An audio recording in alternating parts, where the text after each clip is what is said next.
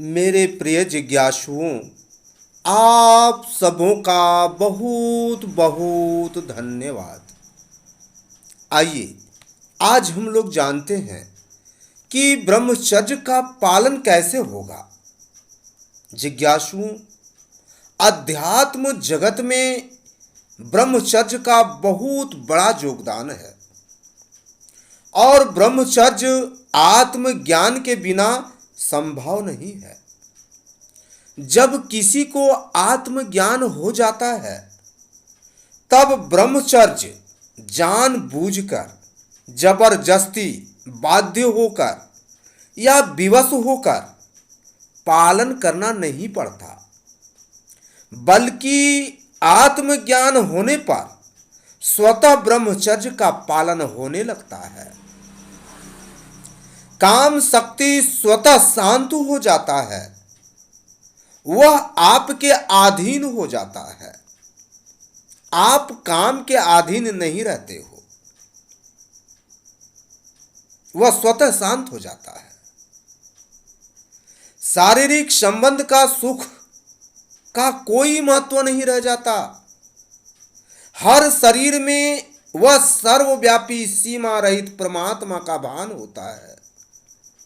ऐसा स्थिति में व्यक्ति स्वयं आपे आप असीम आनंद से युक्त रहता है। स्त्री सुख तो क्या, संपूर्ण सृष्टि का सुख उस असीम आनंद के सामने एक ओंस के बराबर भी नहीं है। उस असीम आनंद का जब ज्ञान होकर भान हो जाएगा तब ब्रह्मचर्य का तो क्या, ब्रह्म का भी जरूरत नहीं पड़ेगा। अभी आप ब्रह्म के आधार पर हो, अभी आप ब्रह्म के आधार पर हो, पर जब आत्मज्ञान का भान हो जाएगा तब ब्रह्म आपके आधार में स्थित रहेगा। अभी आप ब्रह्म के इच्छा से आवागमन सृष्टि चक्र में गतिमान हो, पर जब आत्मज्ञान का भान हो जाएगा तब सारे ब्रह्म आपसे गतिमान हो जाएंगे। जिज्ञासुओं, यह ज्ञान सूक्ष्म से सूक्ष्म, अति सूक्ष्म ज्ञान है, जिसे तर्क के तुला में तौला नहीं जा सकता है, ना अनुभव किया जा सकता है। ये तो सीधे भान होता है। यह ज्ञान सर्वसाधारण के लिए नहीं है। यह ज्ञान केवल उसी को समझ में आएगा जो अपने ज्ञान विज्ञान को भूलकर केवल मेरे आत्मवाणी को एकाग्र चित्त से ध्यान पूर्वक मेरे सभी ऑडियो वीडियो को बार बार सुबह शाम सुनता होगा, उसी को समझ में आएगा।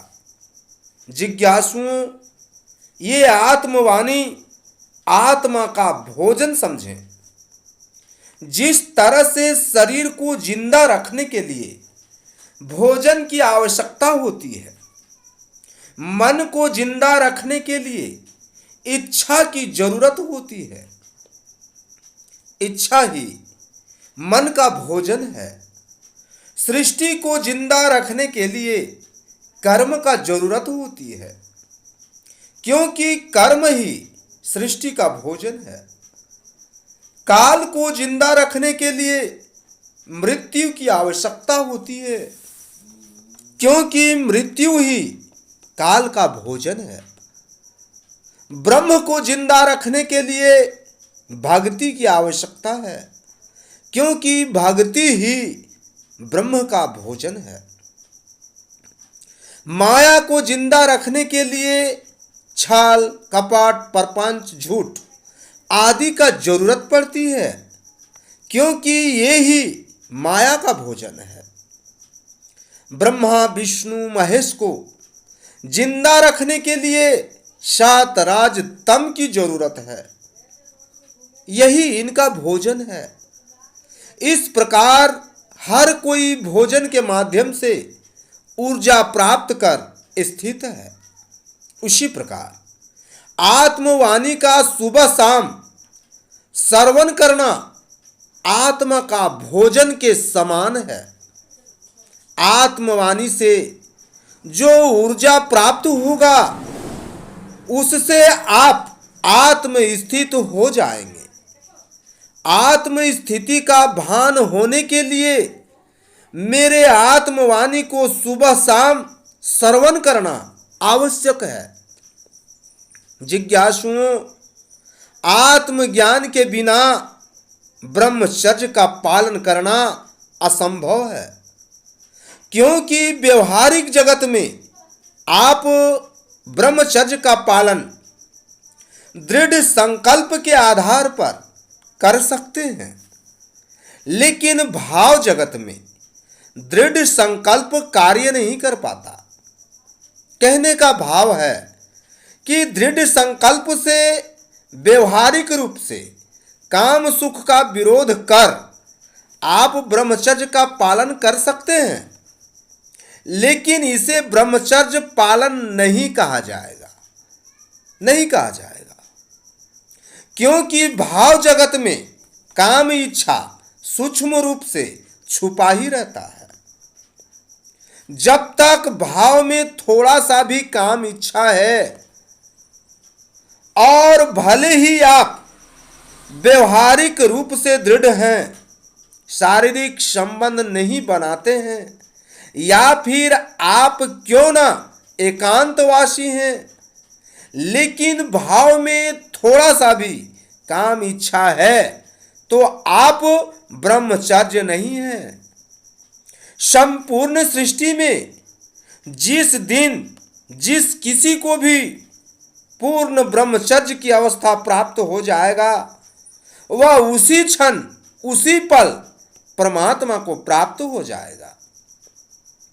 उसे आत्मज्ञान का भी जरूरत नहीं पड़ेगा, लेकिन ये बड़ा दुष्कर कार्य है, बड़ा दुष्कर कार्य है। और आत्मज्ञान से आत्मभान होने पर यह कार्य स्वतः हो जाता है और आपको पता भी नहीं चलेगा। फिर आपके पास स्वर्ग का अप्सरा भी आ जाएगी तो वह भी आपसे लज्जित होकर वापस स्वर्ग में चली जाएगी। जिज्ञासुओं, घबराइएगा नहीं। आप कहीं ये मत सोच लीजिएगा कि मैं कहीं नामर्द तो नहीं हो जाऊंगा। ऐसा बात नहीं है, ऐसा बात नहीं है जिज्ञासु। आप अपने गृहस्थ जीवन का धर्म पालन करते हुए परमात्मा को प्राप्त हो जाएंगे, इसमें तनिक भी संदेह नहीं है, इसमें तनिक भी संदेह नहीं है जिज्ञासुओं। इसीलिए आत्म साधना करना, आत्म स्थित होना, आत्म ज्ञान प्राप्त करना परम आवश्यक है। आज के लिए बस इतना ही। फिर हम अगले ऑडियो वीडियो में मिलेंगे। तब तक के लिए धन्यवाद। आत्म गुरु परमात्मने नमः। अलौकिक गुरुवे नमः।